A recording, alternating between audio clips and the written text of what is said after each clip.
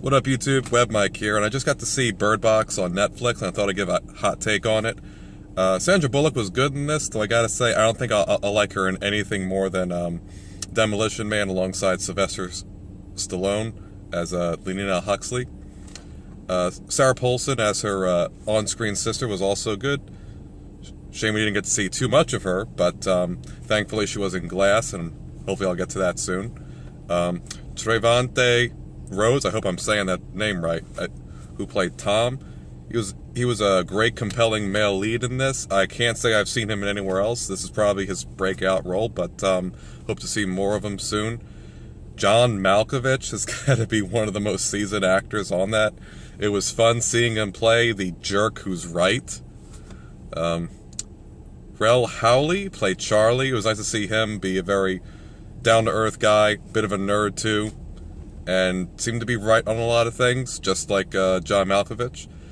B.D. Wong as Greg. Didn't get to see too much of him, but it was good to see B.D. Wong get some work.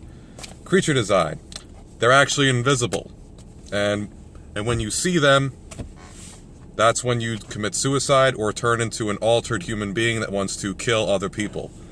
Now that's a neat idea because it saves a lot on budget because you don't have to show anything, and it gets into, as our nerd in the movie showed, that there's a lot of like mythology behind demons, and there's almost like this old vampire aesthetic of you have to invite them in by looking at them.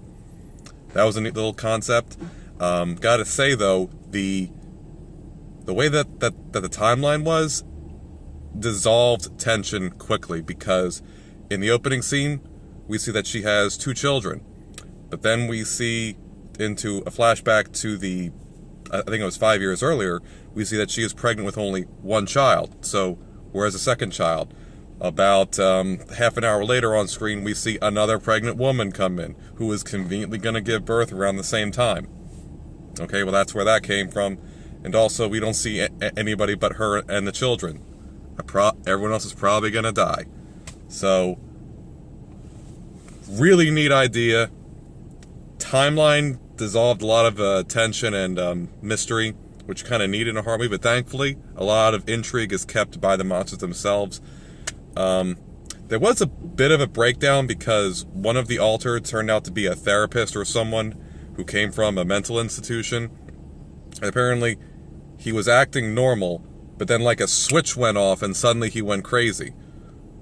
Now, it was neat to see all of his drawings of these creatures. None of them looked the same. Very cool. And there's always that neat idea of what evil do you just without even thinking let in. It's a neat idea, flawed execution, but overall I'd say it was a 2.5-star movie.